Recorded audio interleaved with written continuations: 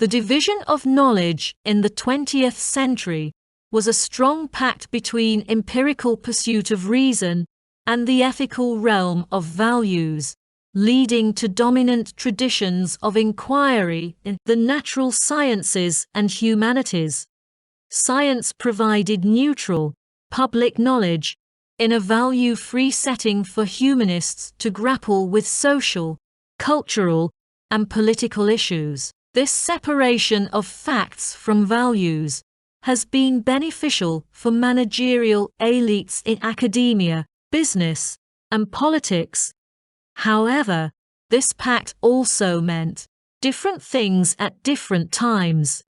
For example, the social sciences initially sought the value-free imprimatur of science, Weber's Wertfreiheit, to build a protective neutrality zone against political coercion, primarily from the right. This principle had an especial appeal to the American Academy during the end of ideology period of the Cold War, which led to political quietism in the social sciences and selling one's skills to the highest bidders in the natural sciences. In the humanities, a set of self-evident principles of taste, crystallized in the concept of the literary canon, encouraged a formalist dogma that led to the culture wars in political life at the end of the 1980s.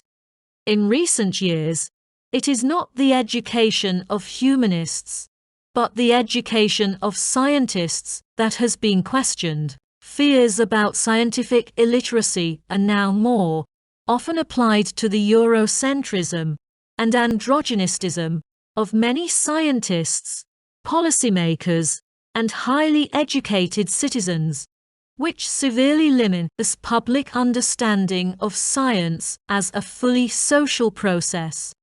Such influential people need a kind of scientific education rooted in social experience that has not been available to them. The cloistered scientist, shielded from self-critical knowledge about the social origins and conditions of their instruments, empirical methods, and research applications, has emerged as a much greater danger to our social and environmental survival than the cloistered humanist.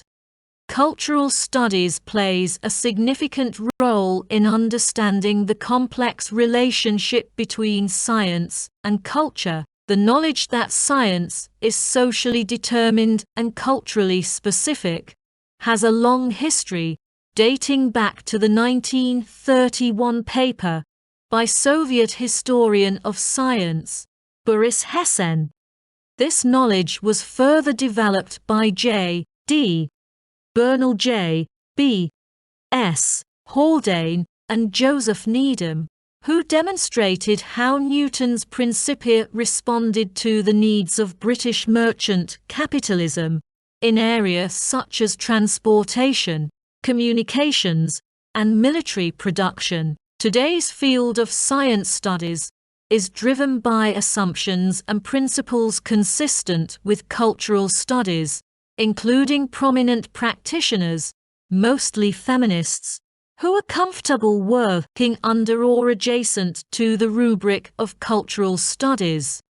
Adherence to scientific reason is a constituent element of cultural belief in advanced industrial societies, even in countries like the US, where a vast portion of the population also believes that the world was created in 6 days. The authority of science is thus a central vehicle of consent in a technocratic democracy, exercised largely through appeal to expertise. However, scientists themselves rarely feel personally or professionally responsible for any of the social or political uses of the name of science. The state's utilitarian endorsement of the ideology of value-free science has been a source of criticism and activism, particularly in the context of military research and its spin-off industries. Many scientists argue that the criticism of scientific research and its results is often uninformed or non-specific. In the 1970s, the descriptive turn of the Suk school emerged, which endorsed the rigorously sociological study of science in practice through first-hand observation. This approach generated research in three main genres: studies of scientific controversies, historical studies, and ethnographic accounts of laboratory procedures. The ethnographic turn in cultural studies has led to a shift away from abstract theorizing about spectators and readers, focusing on the contexts in which people actually utilize culture. Critics argue that this shift has led to a dereliction of the tradition of intellectual responsibility, leading to the emergence of a new cadre of public intellectuals, pursuing limited access to public, non-academic media. Cultural studies and science studies share the position of bridge disciplines, crossing humanities and social sciences, and the latter crossing social sciences and the natural sciences. Conservatives active in the recent science wars have been able to group together as their common antagonists social constructionists and postmodernists in both fields. The immediate outcome of the science wars has encouraged unity and alliances among these tendencies, but also highlighted the ideas, assumptions, and principles at the core of scientific conservatism.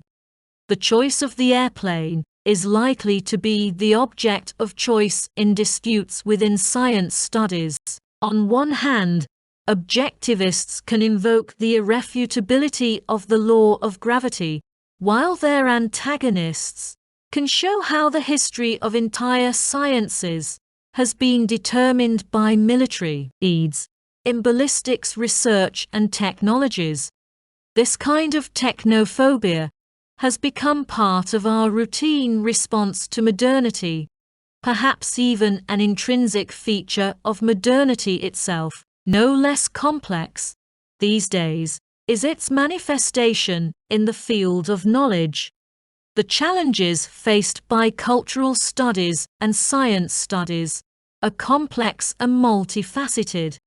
While some argue that the choice of the airplane is a result of technophobia, others argue that it is a response to the militarized cultural environment and the challenges of science. Cultural studies may be seen as part of the colonizing wall of cultural studies, seeking to penetrate every corner of the field of knowledge in an expansionist movement that masquerades as post-disciplinarity. However, this ambition would still pale beside the reductionist aspirations of science's holy grail of a unified theory of the natural world.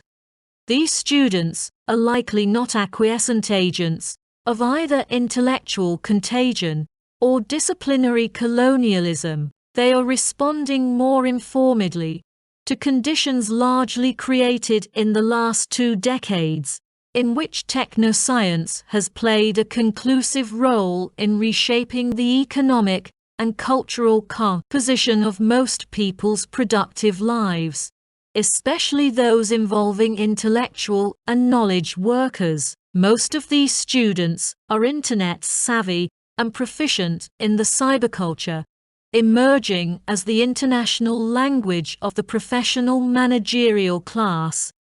The scarcity climate favored by national and global managers will only dwindle resources for the academy and the internet's spectrum of independence to develop a halfway decent public sphere. The pervasive presence of technoscience in all institutional environments that house our intellectual work is a consequence of contractual agreements forged during the 1980s that bound academic science to the industrial marketplace.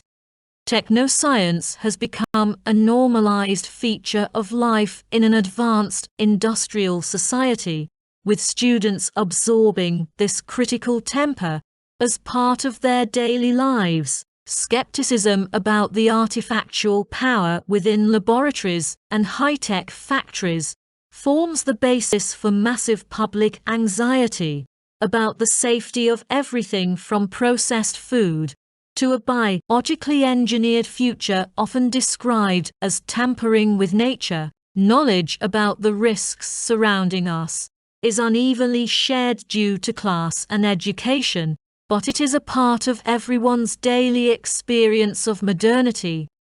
Cultural studies emphasize that culture is ordinary, an everyday creative activity that everyone does. Critics of science are exercised in various ways on a daily basis, such as suspicion of nutritionist advice, distrust of medical opinions, doubts about chemical storage facilities, and apprehension about biogenetic laboratory animals. These routine responses are based upon a complex process of risk perception and risk assessment.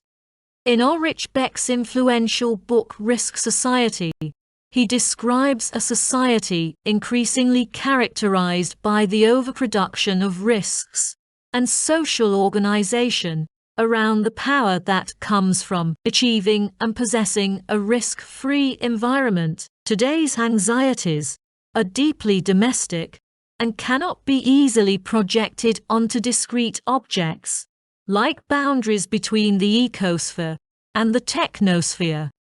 Science is not recognized as an ordinary activity because it is practiced by highly specialized and credentialed experts. A consideration of who is qualified to critique science leads to no ordinary conclusion. The current backlash against science can be traced back to Paul Gross and Norman Levitt's book Higher Superstition, The Academic Left, and its Quarrels with Science, published in 1994. The decline in funding of science and the erosion of its popular authority combined to serve the need for public scapegoats. However, it was clearly triggered by the influence of cultural studies within science studies, such as SUSC's History of Science, Sociology of Science, Anthropology of Science, and other disciplinary undertakings.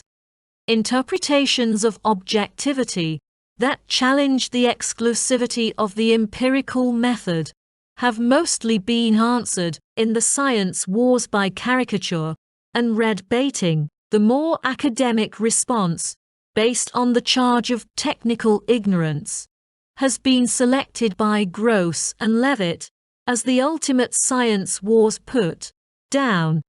Given the potential rewards, critique from the non-professional public or from non-credentialed professionals is a costly risk. The principle of the disinterested autonomy of scientific inquiry, voiced in the past as a protection against state interference, is more often a serviceable smokescreen today, as scientific knowledge is systematically whisked out of the orbit of education and converted into private capital.